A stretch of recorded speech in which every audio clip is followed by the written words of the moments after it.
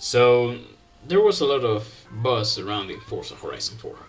Well, about E3 overall. And to be honest, I was really wanting to be excited. Like I was hoping that I could be surprised. Like we got some new info, something that really brought back my excitement for the series, and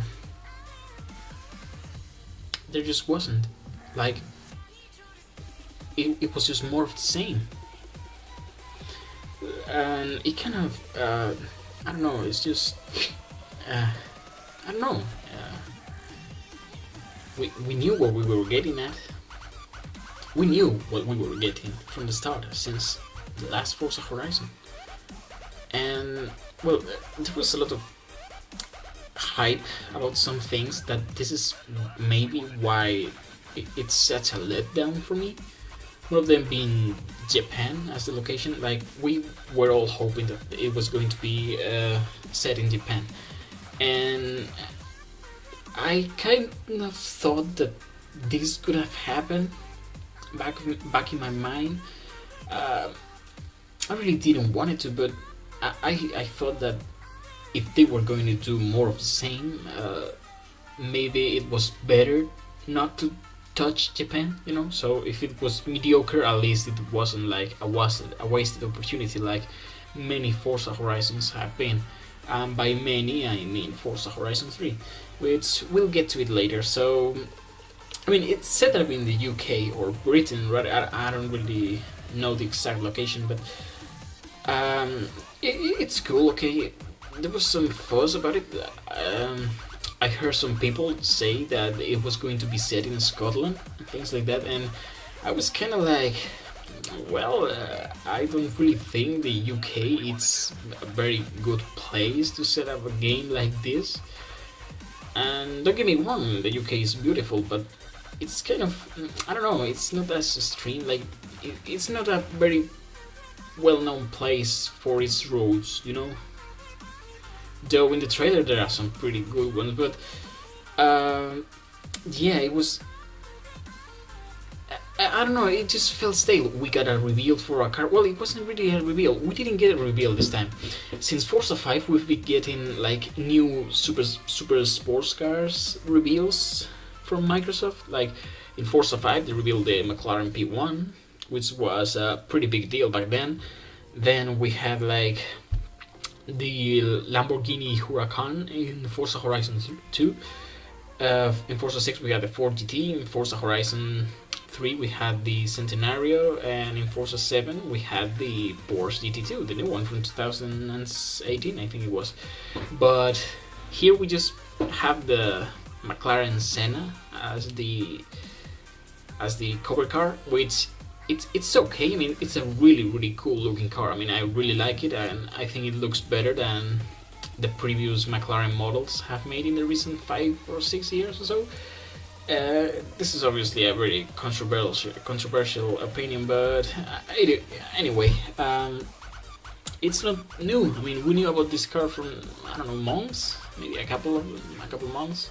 I don't know, and it's just not exciting. Like it was just a trailer, which, by the way, I think it's kind of a bad trailer. It's worse when it's compared with the Forza Horizon 2 especially, and Forza Horizon 3 trailers. My favorite is the Forza Horizon 2, by the way. And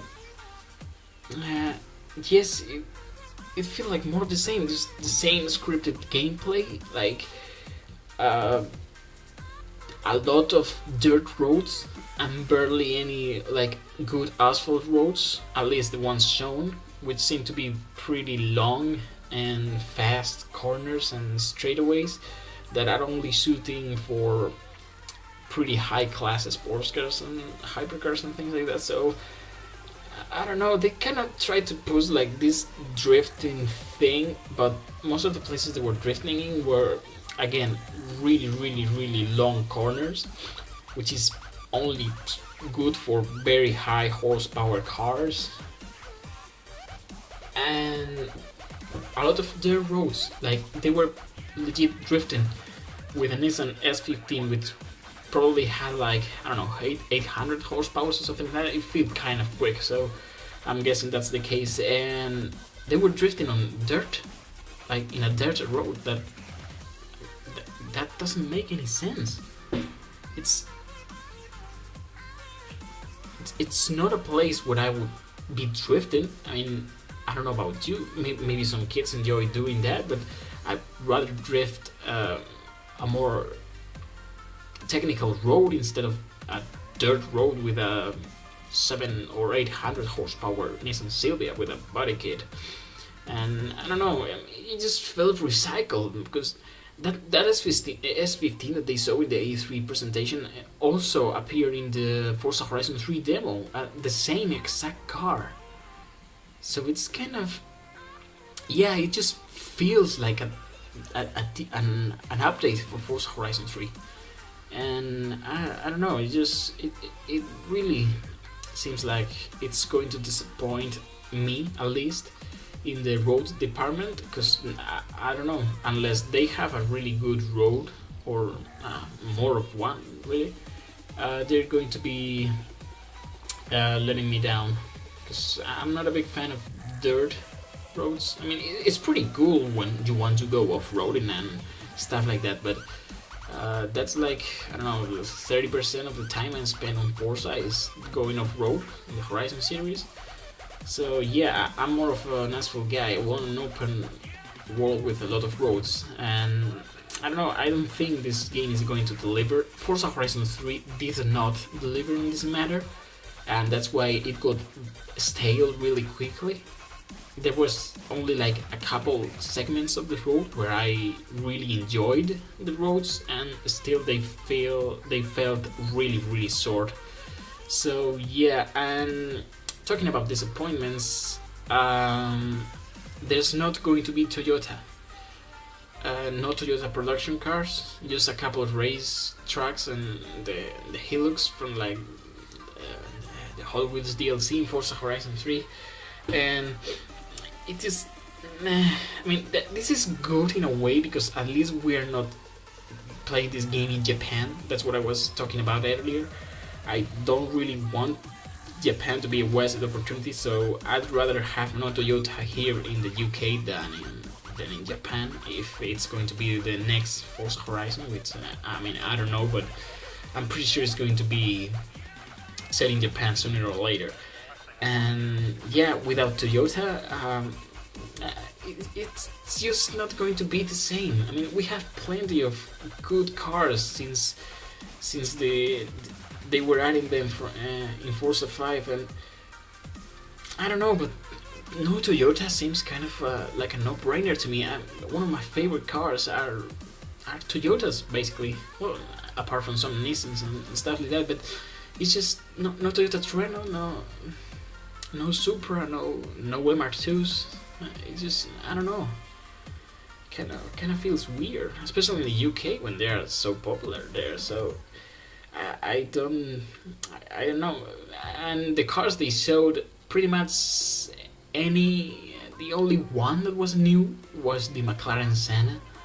The rest were just kind of reused from other games, from the Forza 7 mostly. And I only saw like supercars and things like that, and I don't know if they're going to be new, like more obscure cars like they've been adding in Forza 6 and Forza 7. I hope so. I definitely hope so. That I want to see more production cars, older production cars, like very weird ones, like the R31 that was featured in Forza Horizon 3. I mean, I like more of that. But again, I don't know if there are going to be new ones. The list has to be revealed. I'm guessing it's going to be updated during the summer, like they always do. So, I mean, again, can't you see that this is like getting too predictable? I mean, everything is just as it was like, and it just feels like the same game we've gotten like 2 years ago and 4 years ago even. So I don't know, and well, you could argue that there are a lot of new things, and we're gonna be talking about them. So we have the seasons thing, like it changes season, and it sounds good. I mean, it's a feature that definitely needs to be talked about. I really like the idea, but there's a problem with that. Again, we cannot set the time for the season we want to play in. So I mean, for online, it's fine. I mean, that really seems like a lot of fun. Like I don't know how long this each season lasts, but I think it's a week. But I don't know if it's an in-game week or a real life week. I think it's a real life week, but I could be wrong. But it just doesn't make sense that you cannot choose what season you want to play in, because I mean I'm not going to be wanting to play in snow all day. Like I don't like snow. I mean I like snow, but that's I don't want to be playing in slippery asphalt all the time. I don't know. It's a kind of a. I hope they change this, because I really want to set the seasons, because sometimes I want to play in the snow, so I'd rather have the option to choose to play in the snow rather than having to wait for it.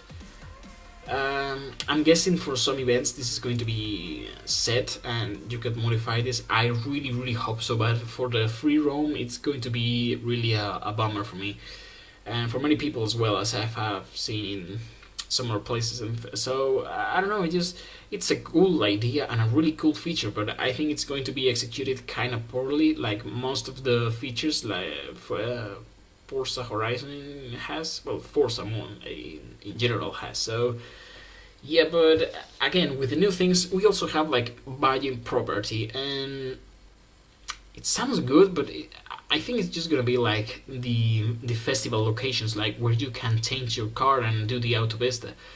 And really, is it something that we want? I mean, sure, it kind of it makes it more immersive, but I've read that you cannot walk in your property. Like it's just like a hub, really. So it doesn't really make much sense.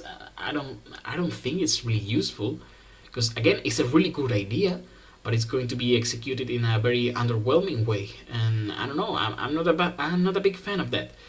Then we have like the driver gear that was introduced in Forza 7, which again, it is something that should have been introduced way before Forza 7. At least in Forza Horizon 2, we should have had this, and even in Forza 4 and Forza Horizon, the first one, really. So yeah, it's good we have this. I'm guessing it's going to be like a microtransaction kind of thing with the ability to buy it with credits or something like that. But again, it's not something that important.